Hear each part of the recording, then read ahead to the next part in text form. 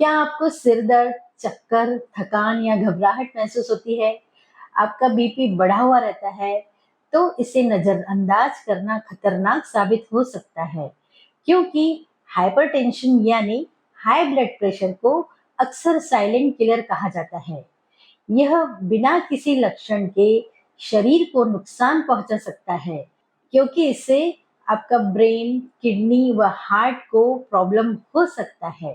तो आइए इस वीडियो के माध्यम से हम हाइपरटेंशन के कारण, लक्षण, बचाव, आहार विहार व आयुर्वेदिक दृष्टिकोण के बारे में जानें।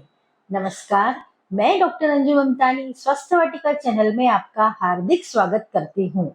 हाइपरटेंशन क्या है? हमारी रक्त वाहिनी में बहने वाले ब्लड का दबाव यदि सामान्य से अधिक होने लगे तो उसे हाइपरटेंशन कहते हैं। सामान्यतः ब्लड प्रेशर को दो भागों में मापा जाता है, सिस्टोलिक ब्लड प्रेशर व diastolic blood pressure. Systolic blood pressure यानी जब हमारा हार्ट ब्लड को पंप करता है, ऐसी स्थिति में उसे सिस्टोलिक ब्लड प्रेशर कहते हैं। और डायस्टोलिक ब्लड प्रेशर यानी जब हमारा हार्ट रेस्ट की स्थिति में होता है तो उसे डायस्टोलिक ब्लड प्रेशर कहा जाता है। सामान्यतः व्यक्ति का ब्लड प्रेशर 120/80 यह नॉर्मल कहा जाता है। यदि इससे अधिक ब्लड प्रेशर हो तो उसे हाइपरटेंशन कहा जाता है। यह ब्लड प्रेशर व्यक्ति की उम्र, व्यक्ति की बीमारी व स्वास्थ्य की स्थिति पर भी निर्भर करता है। हाई ब्लड प्रेशर को साइलेंट किलर क्यों कहा जाता है?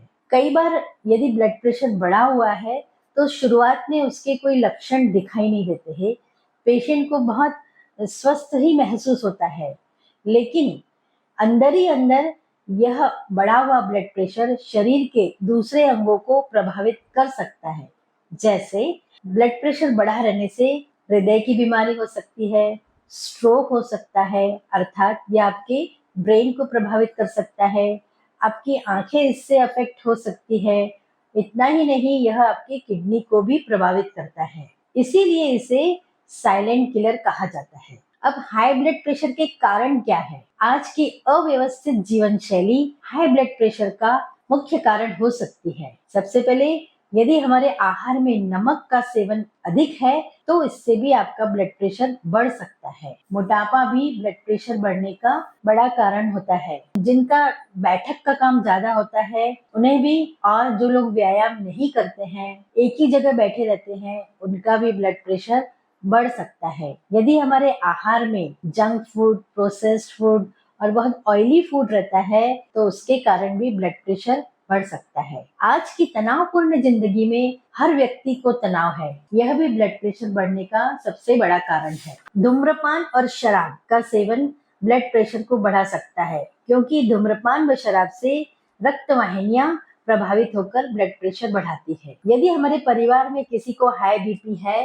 तो भी ब्लड प्रेशर बढ़ने का जोखिम बढ़ सकता है। अब आइए, हाई ब्लड प्रेशर के लक्षण क्या होते हैं? कई लोगों में ब्लड प्रेशर बढ़ा रहने पर भी किसी प्रकार के लक्षण नहीं होते हैं, लेकिन कुछ व्यक्तियों में ये लक्षण दिख सकते हैं, जैसे सिर दर्द होना, चक्कर आना, सांस फूलना, सीने में भारीपन, बेचैनी, थकावट होना और आंखों से धुंधला दिखना। हालांकि ये लक्षण सिर्फ हाई बीपी के हैं ऐसा जरूरी नहीं है, लेकिन फिर भी बीच बीच में ब्लड प्रेशर की जांच करना अत्यंत आवश्यक है।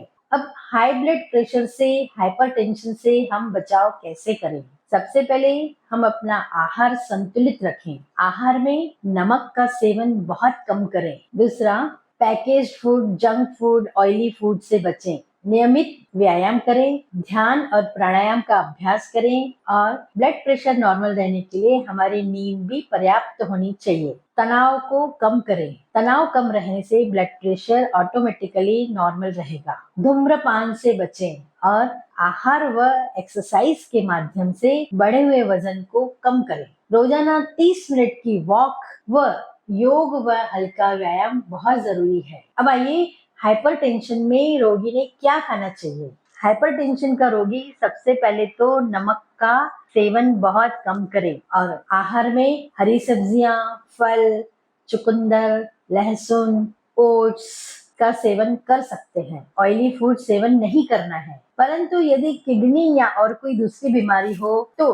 डाइटिशियन से आप सलाह ले सकते हैं। अब आइए आयुर्वेदिक दृष्टिकोण। आयुर्वेद में हाई बीपी को आधुनिक नाम से नहीं बताया गया है, लेकिन इसे शारीरिक दोषों का असंतुलन, मानसिक तनाव, अनुचित आहार विहार और रक्त संचार से जुड़ी स्थिति के रूप में जाना जा सकता है। हाइपरटेंशन को कम करने के लिए, बीपी को नॉर्मल रखने के लिए संतुलित आहार, योग, ध्यान व प्राणायाम का अभ्यास आवश्यक है। आपकी दिनचर्या भी व्यवस्थित होनी चाहिए, इससे आपका बीपी नॉर्मल हो सकता है। हाइपरटेंशन के लिए कोई भी औषधि बिना किसी डॉक्टर के सलाह से न लें। क्या हाई बीपी पूरी तरह ठीक हो सकता है? कुछ लोगों में जीवन शैली सुधारने से बीपी काफी हद तक नियंत्रित हो सकता है, लेकिन कई लोगों को लंबे समय से यदि बीपी की शिकायत है तो उन्हें दवा लेने की जरूरत पड़ सकती है। इसीलिए डॉक्टर की बताई हुई दवा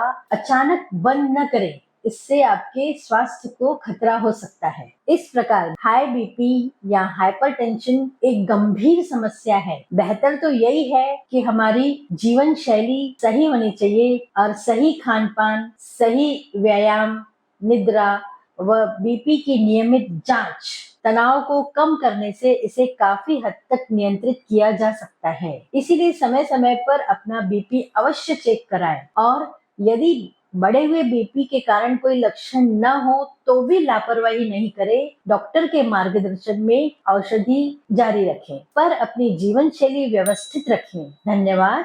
आज के वीडियो में इतना ही। फिर मिलेंगे अगले वीडियो में किसी नए टॉपिक के साथ। वीडियो को लाइक करें, शेयर करें व चैनल को सब्सक्राइब करना न भूलें। धन्यवाद।